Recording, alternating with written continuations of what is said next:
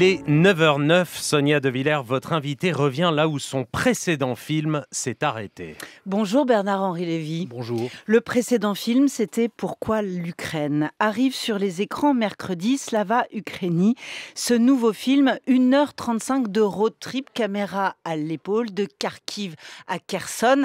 Alors ce n'est pas une ligne droite entre Kharkiv et Kherson, c'est une ligne lourdement accidentée, dirais-je.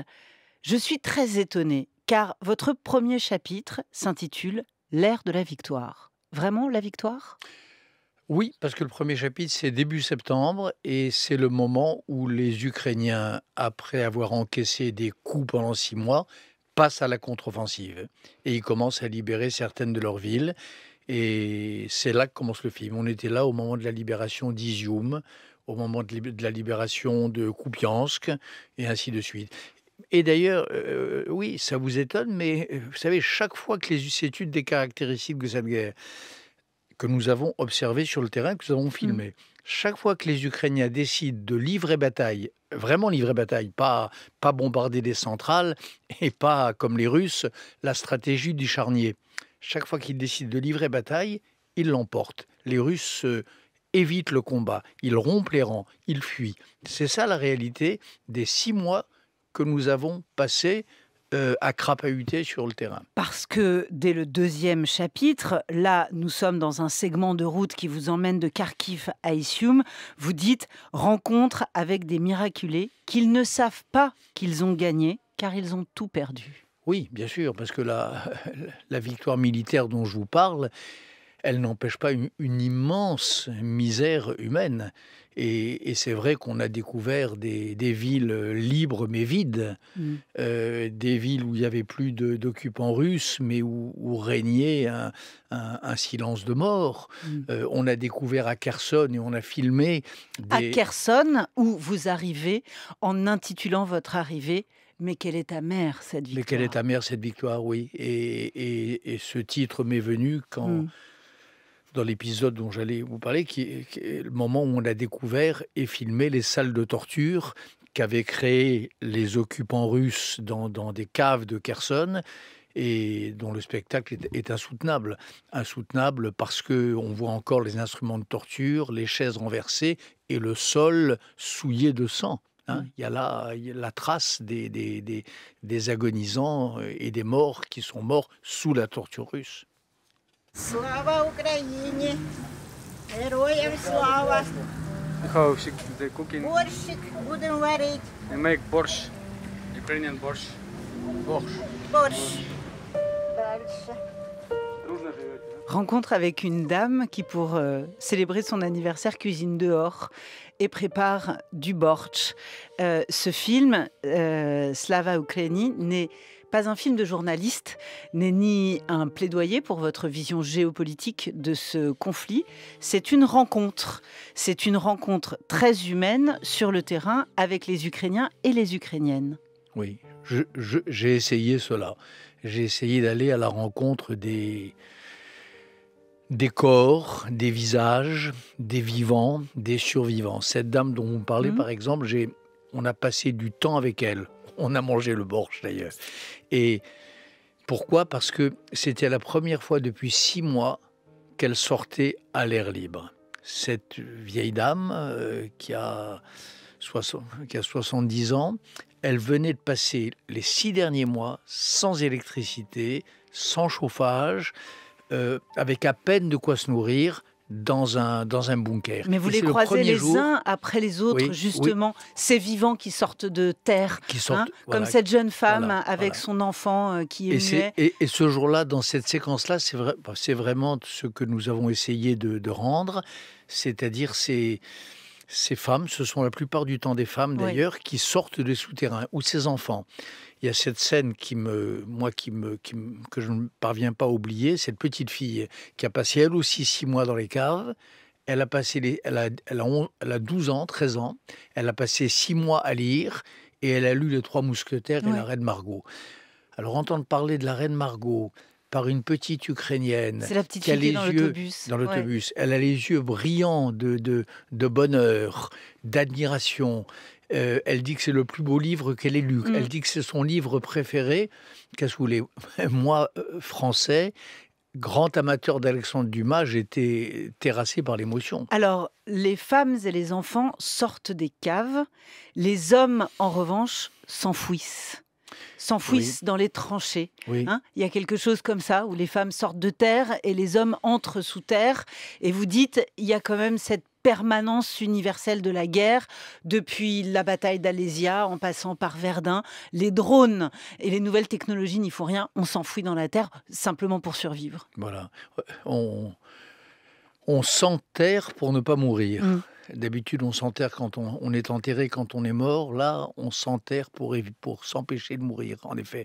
Et vous avez raison, ce qui nous a frappé pendant tout le tournage, pendant tous ces mois à arpenter ces fronts, c'est cette contradiction, ce mélange entre l'hyper-sophistication des nouveaux moyens de guerre, en particulier les drones. Les drones, le son des drones, c'est quelque chose... Alors, on a entendu cette très belle nappe de piano que vous avez fait composer pour le film. Slava Vakarchuk. Voilà. Mais le son des drones, c'est quelque chose... C'est presque un personnage à part entière du film. Oui, et quand on les a au-dessus de la tête, comme ça nous est arrivé 2 fois, une fois à Liman et une fois à Kherson, c'est vrai que ça fait un drôle d'effet. À une réserve près quand même, c'est que j'ai assez vite compris, nous avons assez vite compris que ces drones étaient iraniens. Et qu'en vérité, c'est les drones du pauvre. C'est des drones imprécis, c'est des drones... Donc c'est des drones de fabrication iranienne, vous voulez dire? De fabrication iranienne, vendus par l'Iran à la Russie. Vendus par l'Iran à la Russie. L'Iran est allié de la Russie, allié de Poutine, et lui livre... des drones, d'autres armes probablement.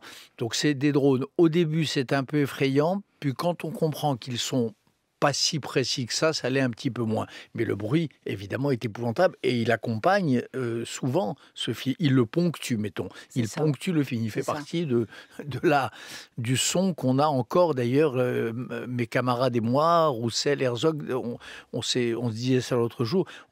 Parfois, on se réveille la nuit, on a encore le son du drone dans l'oreille. C'est ça. Et l'idée qu'il faut harceler moralement les populations civiles. Dans combien de villes arrivez-vous en disant ici, on a bataillé pendant 2 semaines et ça continue encore, alors que c'est une ville qui n'est absolument pas stratégique. On fait ça pour terroriser les populations civiles. Moi, je suis rentré de ce tournage, Sonia De Villers, avec une conviction et des preuves de cela. C'est que les charniers, le charnier de Boutcha, les charniers d'Izium, que nous avons filmés. 465 morts, 465 corps. Voilà, enterrés. Les mains, souvent, pas toujours, les mains liées derrière le dos et souvent une balle dans la nuque. C'est pas par hasard, c'est pas des soldats perdus et affolés qui, dans leur fuite, tirent à tout va. C'est une stratégie. Je suis convaincu, après ces mois passés là-bas, je suis convaincu qu'il y a chez les Russes une stratégie du charnier. Une stratégie du charnier. Stratégie pourquoi? Pour terroriser les gens, pour tuer le maximum de gens, pour obliger les Ukrainiens à plier. Ce n'est pas des bavures, c'est une stratégie. Il est 9h17, vous écoutez France Inter, Bernard-Henri Lévy est mon invité. On va voir comment vous partez à la rencontre de soldats qui sont parfois français, comment parfois un morceau de France et d'histoire de France s'invite dans cette guerre qui, à vos yeux, Bernard-Henri Lévy, est notre guerre à tous. Robert Finlay, Sold Out on You, mon morceau préféré de la playlist.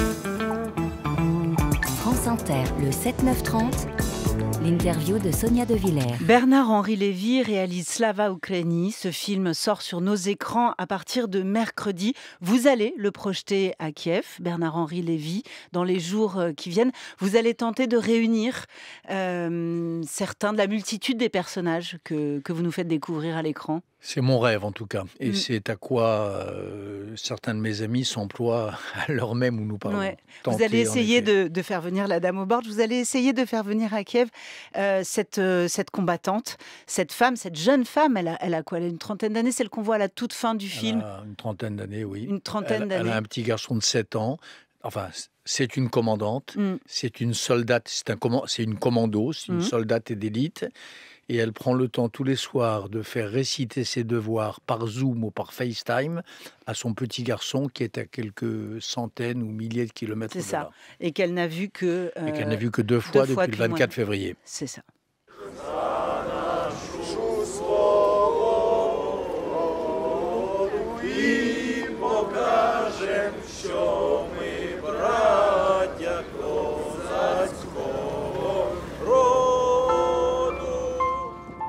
Chante ici 32 nationalités réunies.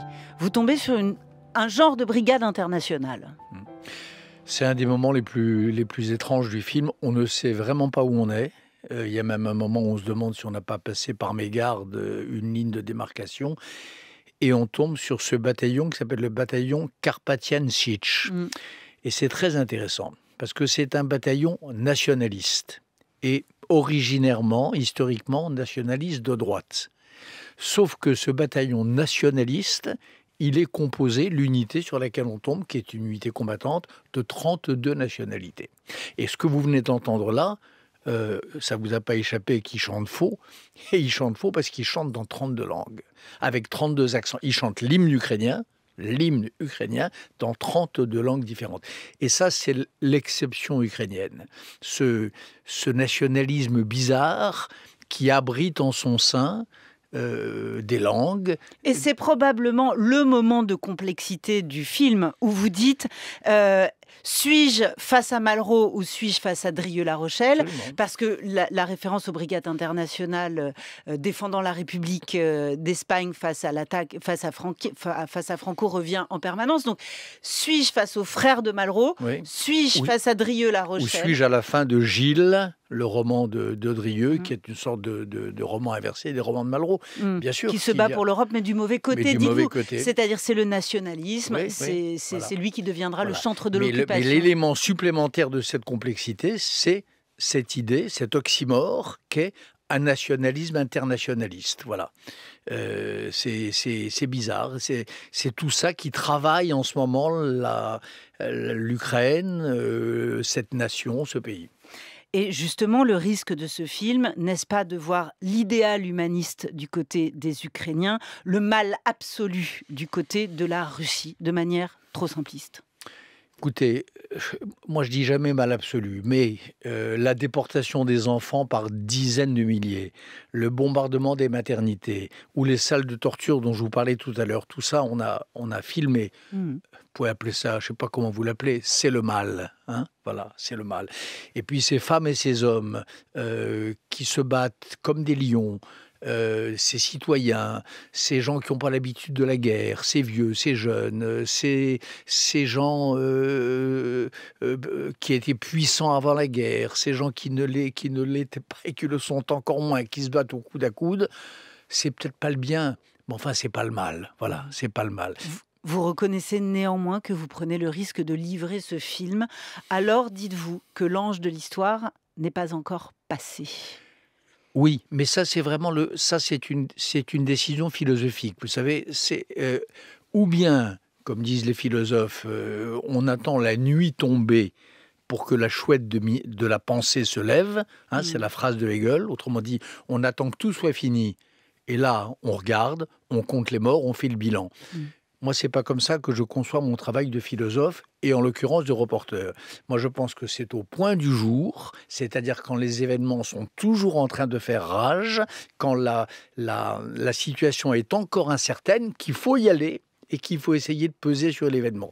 Et il y a une très belle métaphore que j'aime bien opposer à celle de la chouette de Minerve, c'est la biche de l'aurore que l'on trouve dans les textes, dans les commentaires talmudiques, la biche de l'aurore qui, contrairement à la chouette de Minerve, elle est là quand l'événement est encore en train de déployer toute sa puissance et toute son horreur. Et on sait pourtant qu'au cœur de l'événement, parfois on se trompe. Eh bien, je pense que enfin c'est comme ça que je vois les choses, le travail d'un intellectuel, c'est pas de se mettre dans une zone de confort permanente, c'est éventuellement de prendre le risque de se tromper. Sinon, à quoi ça sert? Sinon, c'est le travail d'un historien, c'est le travail des gens qui feront le bilan. Mais si on veut vraiment peser sur les choses, et moi c'est mon obsession, je veux que cette guerre s'arrête. Et pour qu'elle s'arrête, je veux que les Ukrainiens l'emportent. Que les Ukrainiens l'emportent, ça veut dire que Poutine perde cette guerre. Moi, j'ai fait un film pour ça. Et je l'ai fait pour le cinéma pour ça. Parce qu'il y a Vous ne voulez pas de négociation, vous voulez la défaite.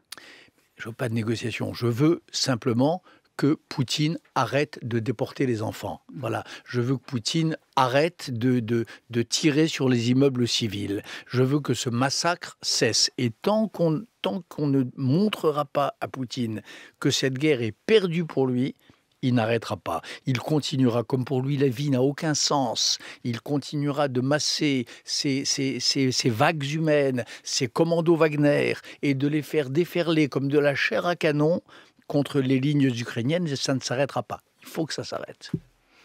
Vous avez songé, plus jeune, à prendre les armes? Écoutez, puisque Malraux revient souvent dans ce film, puisque Romain Gary n'est jamais très loin de votre travail. Je l'ai proposé, j'ai raconté ça dans un livre il y a très longtemps. Au moment de la guerre de Bosnie, je l'avais proposé aux résistants de l'époque, c'est-à-dire le président Alija Izetbegovic. Je lui avais dit, il faudrait créer une brigade internationale. Et c'est lui qui m'avait répondu, il y a mieux pour un intellectuel que de tenir un fusil, c'est de tenir une caméra. Si vous en avez le désir, si vous en avez éventuellement le talent, si vous en avez le courage, prenez une caméra et venez filmer notre combat et notre résistance. Ça, c'était il y a 30 ans, au moment du siège de Sarajevo, auquel j'avais consacré un premier film. Ben là, c'est pareil. J'ai entendu une grande productrice de cinéma iranienne, réfugiée en ce moment et cachée en France, Bernard-Henri Lévy, dire « On ne peut pas s'émouvoir, on ne peut pas s'intéresser au sort d'un pays sans images ». Exactement. C'est la loi du monde, c'est la loi du spectacle, de la société du spectacle au sens de Guy Debord. Il faut des images. Et moi, mon travail, le travail de Roussel, Marc Roussel, mon camarade, grand reporter de guerre et qui est mon co-réalisateur, c'est de fabriquer des images, d'aller les chercher et d'essayer toutes les images de ce film que vous avez vues. Toutes sont inédites. Il n'y a pas d'images d'archives. Il n'y a pas d'images qui ont été puisées dans telle ou telle chaîne de télévision. C'est des images que nous sommes allés chercher, que nous avons littéralement produites. Voilà. Et je crois que dans une guerre atroce comme celle-là, c'est en effet ce que peut faire de moins mal un intellectuel. Slava Ukraini sort sur nos écrans mercredi. Merci Bernard-Henri Lévy. Merci Sonia De Villers.